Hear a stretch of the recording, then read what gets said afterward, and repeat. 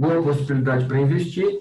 E depois que vocês saem dessa parte geral, que é da semana passada e até hoje, a gente vai começar a discutir na próxima aula o como você avalia a ação. Então, qual é o passo primeiro? Avalio a empresa na sua relação fundamentalista, nos seus fundamentos. Próximo passo, eu vou avaliar o valor da ação. Porque todo mundo consegue perceber, e quem acompanha o jornal ou notícias econômicas e ligadas à bolsa vai notar que, às vezes, o valor da ação sobe ou cai, não só por quanto a empresa é boa ou ruim, mas, às vezes, por variáveis externas. Então, se há um novo surto da gripe ou da Covid começa na Europa de novo, as ações caem. Se tem uma vacina, as ações sobem. Então, nem todas as variáveis que interferem no valor da ação são da própria empresa. Então, a gente vai avaliar depois dessa parte o valor da ação de mercado e as perspectivas deste valor ao longo do tempo. Quem um pouco mais além vai conseguir notar também, quando você começa a discutir e avaliar notícias ou avaliações de empresa, todo mundo vai notar que tem um tal de preço-alvo. Olha, eu vou chutar aqui que não sei quanto que está essa ação hoje, mas digamos que a Petrobras hoje, a ação da Petrobras, cada uma vale R$15. Estou chutando que não sei se é isso mesmo, mas vamos supor que vale 15. Aí, alguém que vai fazer uma análise da empresa, também levando em conta a análise fundamentalista, levando em conta variáveis de mercado, políticas, econômicas, vai chegar a um preço-alvo. Esse preço-alvo pode ser um prazo de tempo curto ou um prazo de tempo longo. Por exemplo, a ação hoje vale 15. Então, de acordo com a minha perspectiva, ou a perspectiva do analista X, ou da empresa X, ou empresa Y, o preço-alvo da Petrobras até dezembro vai ser R$20. Hoje vale 15, o preço-alvo vai ser 20. Aí você vai avaliar se essa perspectiva de preço-alvo gera uma rentabilidade adequada para você. Então, será que compensa comprar essa ação hoje a 15 e esperar um preço-alvo de 20 em dezembro? Porque existe um risco desse preço-alvo não se concretizar, por algum motivo. Ou de ser bem maior ou bem menor. Então, você vai aceitar esse risco ou não? A etapa dessa parte é uma discussão sobre o risco. Então, como é que você avalia o risco de uma ação? E o quanto vale a pena você tentar ganhar dinheiro com essa ação, levando em conta esse risco? Então, você consegue quantificar tudo isso. Aí a gente fecha essa parte e volta a discutir questões da matemática, como agora, mas também de uma questão de exercícios, para ficar um pouco mais palpável para vocês. Por enquanto, um conceito mais generalista de aplicação imediata em qualquer tipo de empresa. Tá ok? Essa parte dos indicadores de agora, eles valem só para as empresas SA. Ok? Porque tem uma informação aqui que uma empresa de capital fechado não tem, que é o valor da ação no mercado. Então, quanto vale uma ação da empresa X na bolsa? Se eu pegar, por exemplo, a Cocamar, que é uma cooperativa, já não tem ações listadas em bolsa. Nem poderia porque é cooperativa, mas só essa relação próxima. Então, eu não consigo saber quanto valeria uma ação da Petrobras. Se você pegar uma empresa local aqui de Maringá, de capital fechado, eu não consigo saber quanto essa empresa valeria no mercado, porque não tem uma cotação lá. Então, como esses índices aqui levam em conta uma relação de preço de ação no mercado, ele só vale para as empresas SA, que é o nosso foco principal para fazer análise de balanço. Tá? O primeiro índice nesse grupo de indicadores de valor de mercado, então o nome já está dizendo para você que eu levo em conta o valor de mercado de uma ação, é o famoso índice preço-lucro, ou, para abreviar, PL. Não é o PL do patrimônio líquido aqui do ativo e passivo, mas é um indicador preço-lucro. Tá? Aqui a ideia básica é a seguinte, ó. Esse índice ele mede um pouco o humor que o mercado tem em relação a uma empresa. O que é humor? Humor são as perspectivas. Porque pensem comigo, quando você fala em investimentos, você fala de futuro. Futuro de você comprar uma ação agora, eu compro uma ação agora, espero um tempo para ver se essa espera compensa ou compensará o risco que eu vou correr ou não. Então, o preço-lucro é isso. Ele vai comparar o preço dessa ação no mercado com o lucro que ela entrega na forma de dividendos.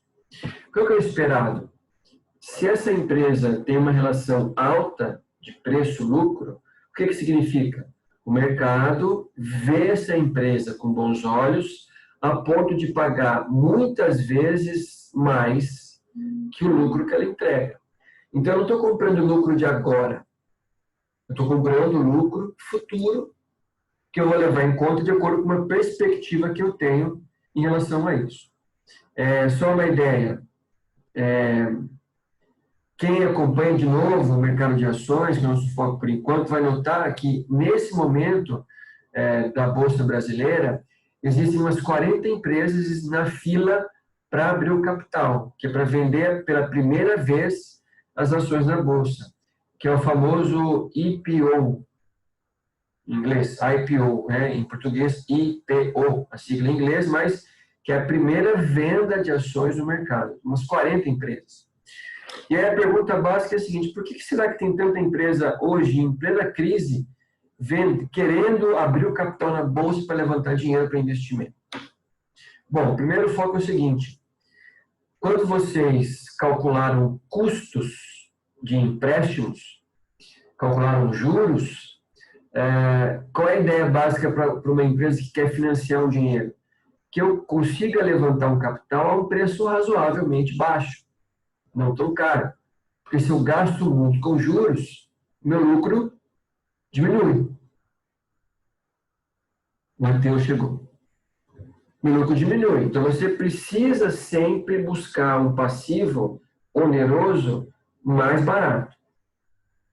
E abrir o capital na bolsa, levantar dinheiro de acionista, é um capital mais barato, em tese, que você ir para o mercado de banco para levantar empréstimo. Porque o dinheiro que você levanta de acionista, ele não precisa ser devolvido. Porque quem compra uma ação é sócio da empresa. E a empresa não é obrigada a recomprar essa ação de volta. Mesmo que ela esteja em crise, a pessoa que investiu comprou porque quis.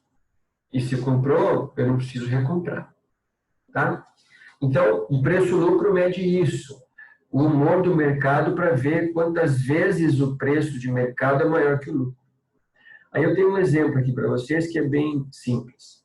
A fórmula PL, então, o preço de mercado da ação ordinária ou preferencial, depende do tipo de ação que você quer avaliar, e essa informação você só vê e consegue cotar na bolsa ou em alguma entidade, uma corretora, uma empresa de análise e assim vai, para ver quanto essa ação fechou, e o lucro por ação, que é o LPA, você consegue no balanço patrimonial da empresa. Se ela não já mostra o cálculo, você vai dividir quantas ações essa empresa tem no mercado pelo lucro disponível, divide, você consegue achar.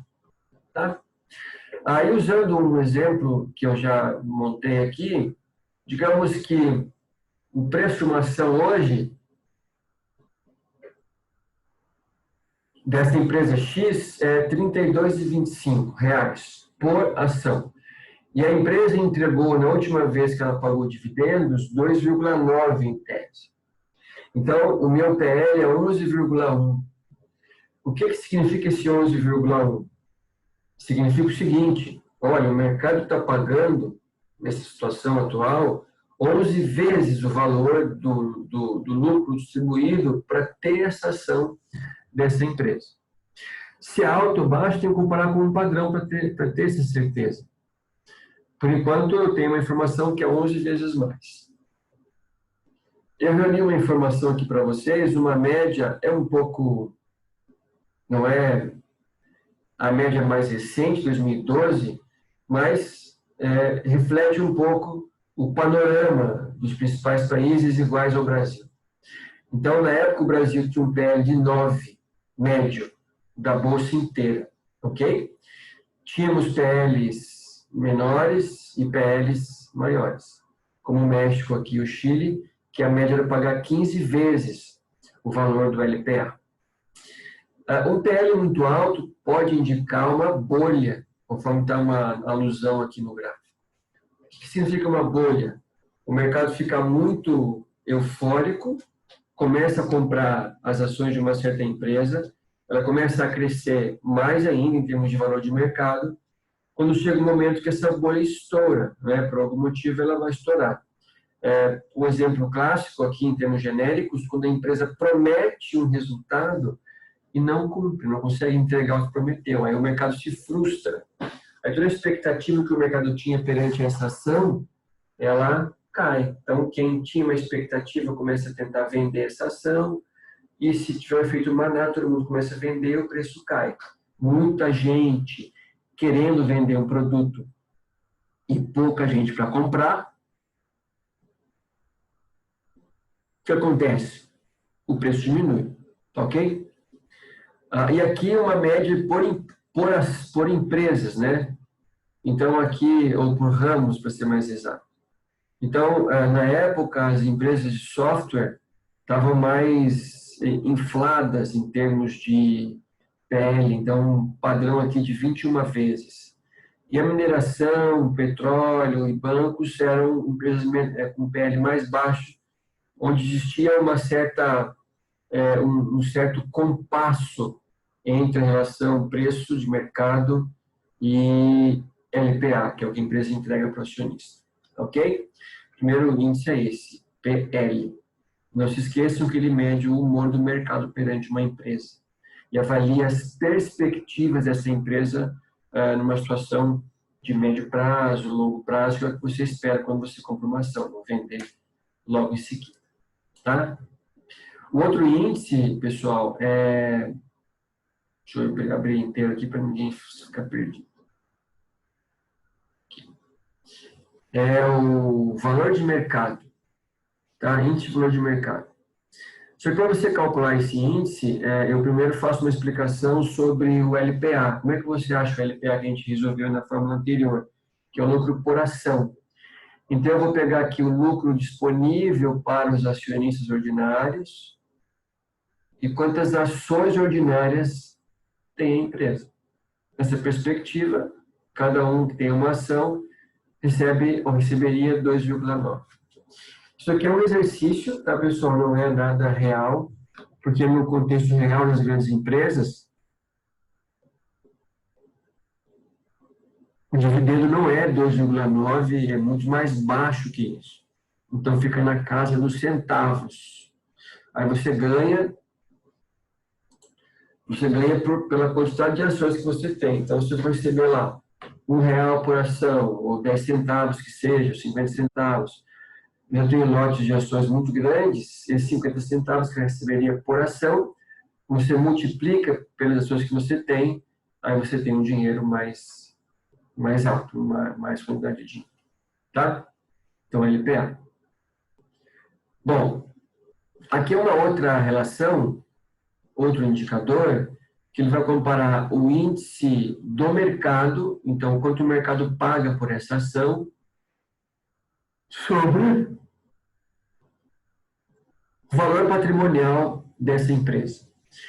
Bom, o índice de preço da ação, vocês já sabem o que significa.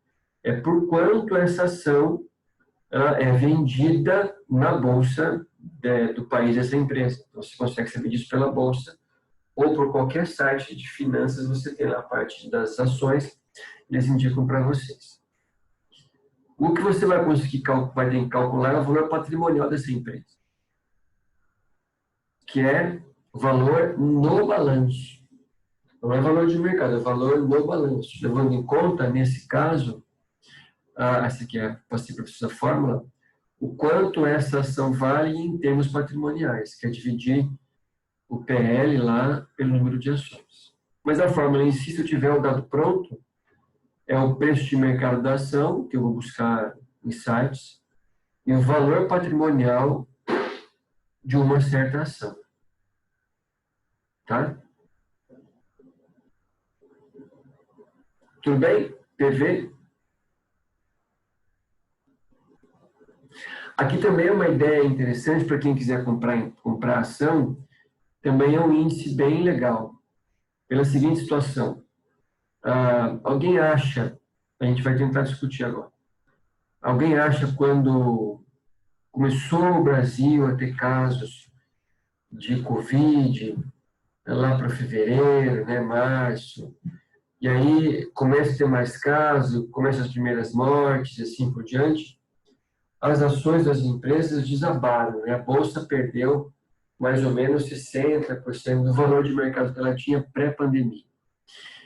Ainda não recuperou isso nos dias de hoje.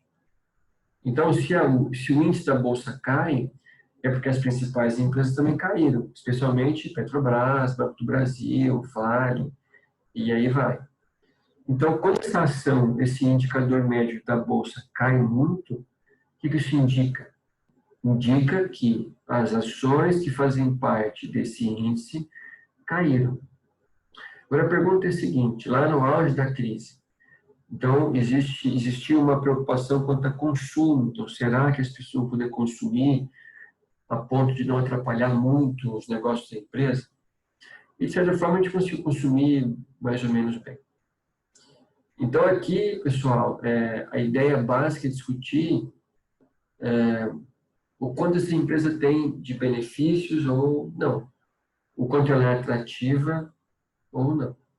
Tá? Qual que é o ideal? Que se o valor de mercado for baixo e o valor patrimonial da empresa for alto, compensa comprar, não compensa? Porque eu tenho uma empresa que tem um alto valor de mercado, mas por questões outras, ela pode ter sido avaliada mal pelo mercado, mas o que manda é o preço do balanço patrimonial. Tá? Tudo bem?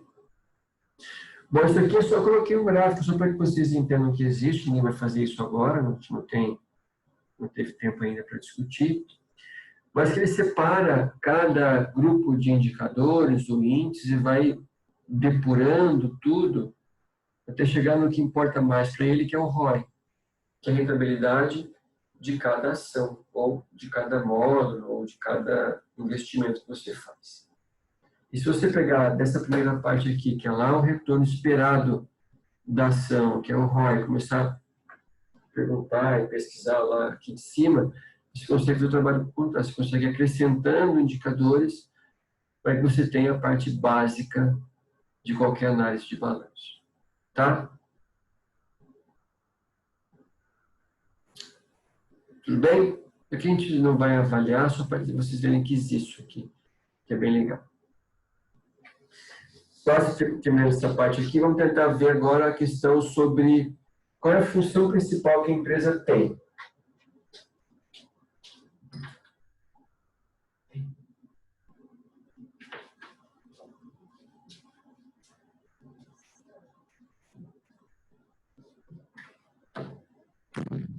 Qual é a função principal que essa empresa tem? Deixa eu abrir a porta aqui. Bom, qual é a função principal que a empresa tem? Na realidade, pessoal, a função principal é isso aqui. Ó. Então, isso aqui é quase que um fechamento de qual é o nosso interesse em termos de cálculo, para que vocês consigam, a empresa consiga, com o cálculo, garantir que o melhor para ela em termos de investimento seja feito.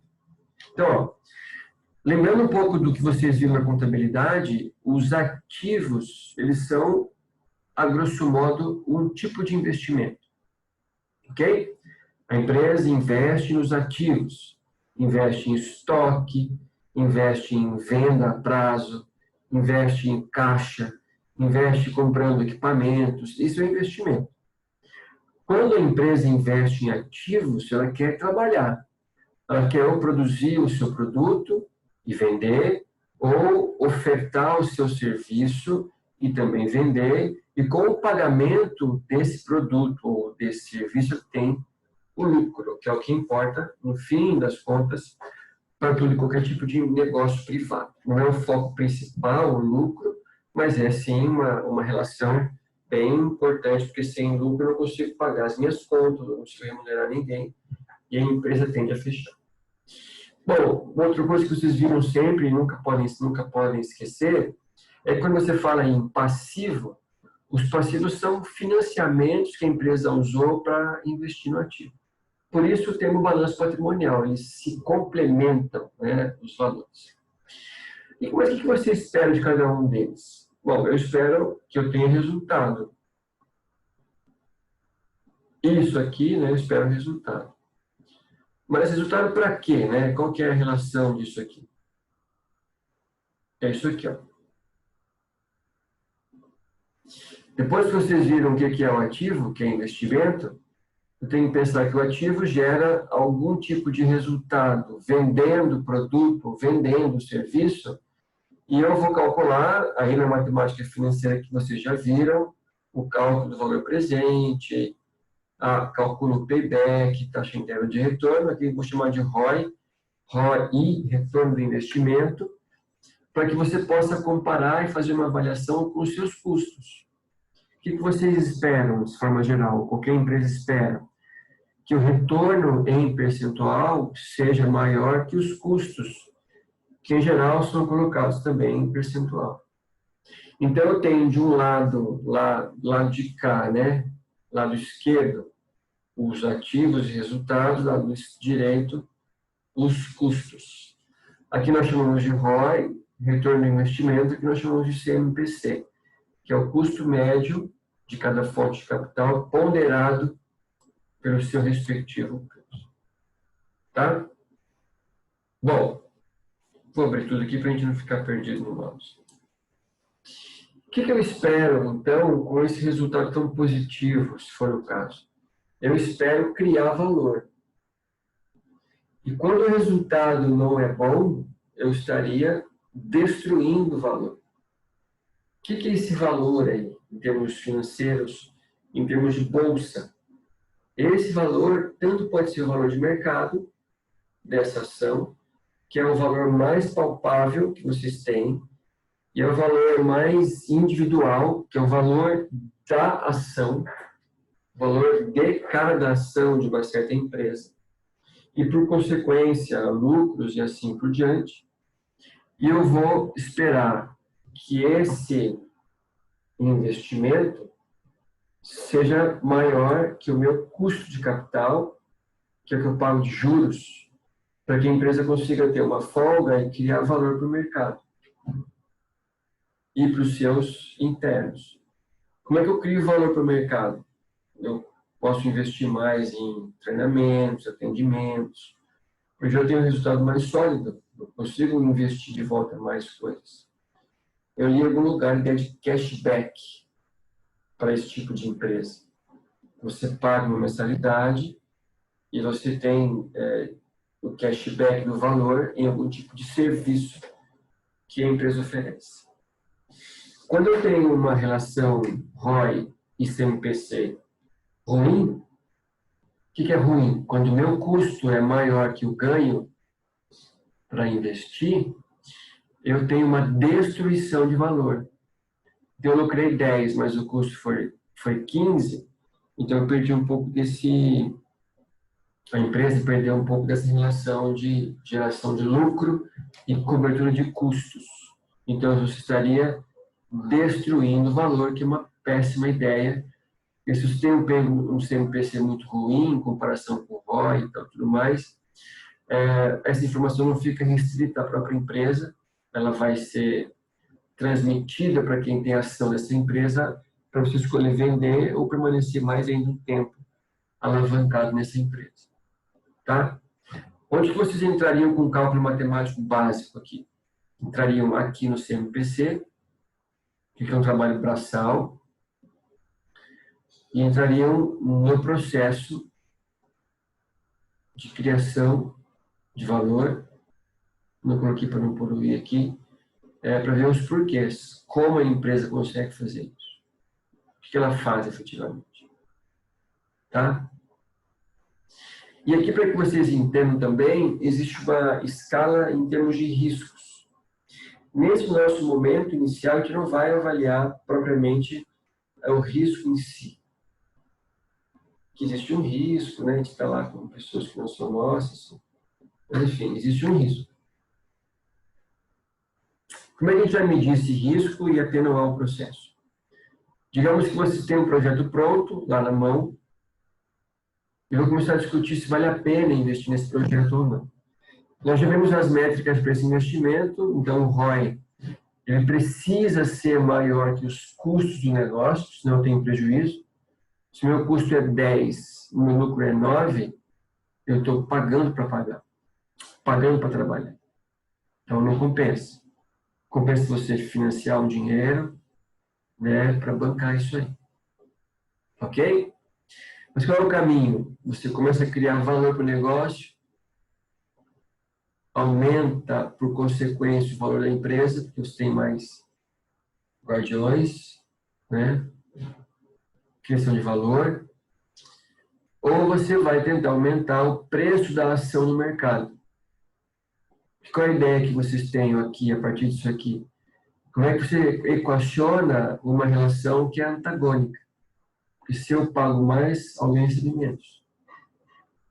E se eu ganho menos, é porque alguém ganhou mais em algum momento. Tá? Então, aqui é um pouco dos objetivos que a empresa tem. O último caso deve ser sempre aqui, né? Ter um ROI maior que o seu CNPC. Bom, vamos lá.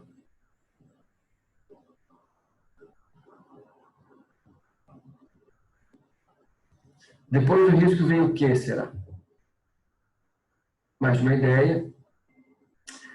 Isso para que vocês entendam uma escala que eu achei no nosso próprio livro mesmo, fica mais fácil de vocês verem, uma escala entre risco e retorno. Então, normalmente, o risco é inversamente proporcional ao retorno.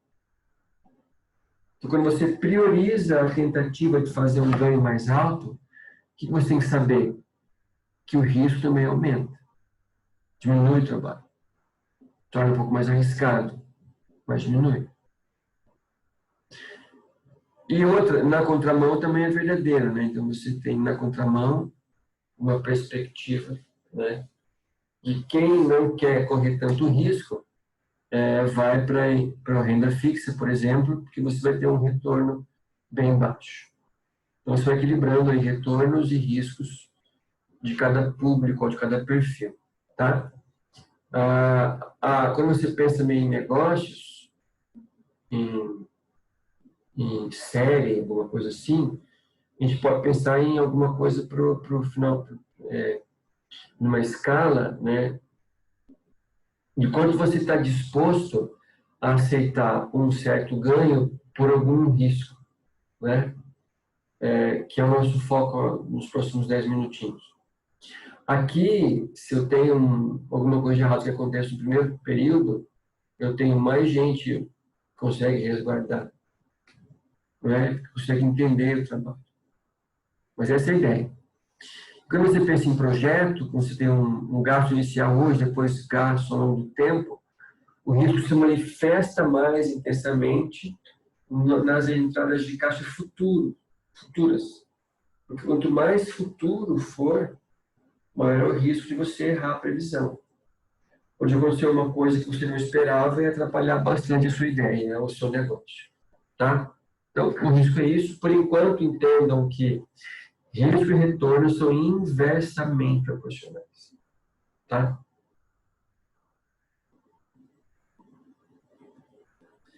Aqui para vocês pensarem um pouco, quase no final dessa parte, entre caixa e lucro. Caixa e lucro. Tem diferença entre caixa e lucro?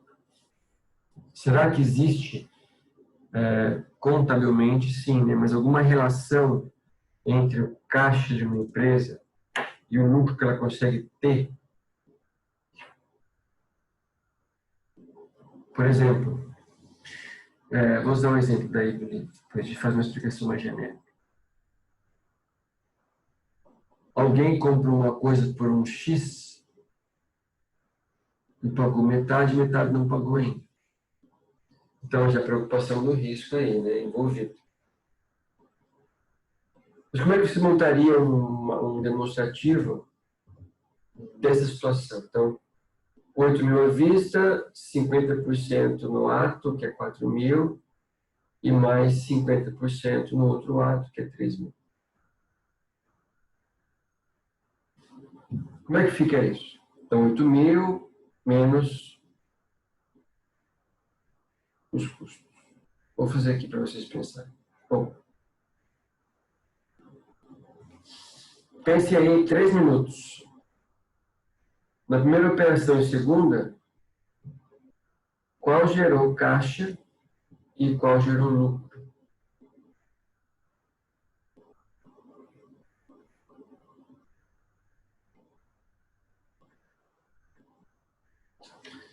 Conseguem pensar qual gerou caixa e qual gerou lucro? Pensem aí, vocês. Algumas pessoas aqui. Fora. O Fusca gerou lucro e o Chevette gerou caixa. E qual é melhor? Depende. Isso, resposta boa. O ideal seria. Depende, por exemplo, às vezes você conseguir 5.000 agora, né, para pagar daqui 60 dias 6.000, dependendo do seu ramo, da sua inteligência, dos seus negócios, você consegue fazer esses 1.000 durante esses 60 dias e uma boa margem, né, que às vezes você precisava do dinheiro para investir em um ativo, em um imóvel, equipamento. Então varia muito do cenário da empresa e também da sua capacidade de trabalhar com esse dinheiro, né, com o caixa que entra. Vou calcular aqui para ver se está certo.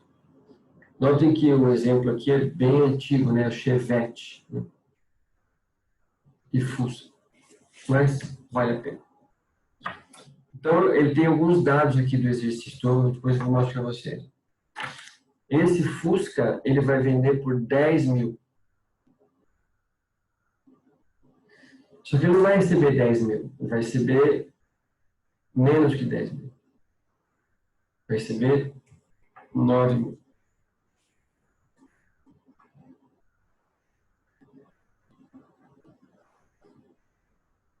Ok?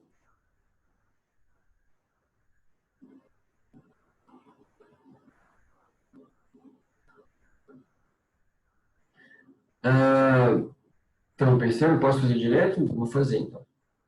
Só que ele pagou meio a meio, né? Então, quando ele comprou por 8.000,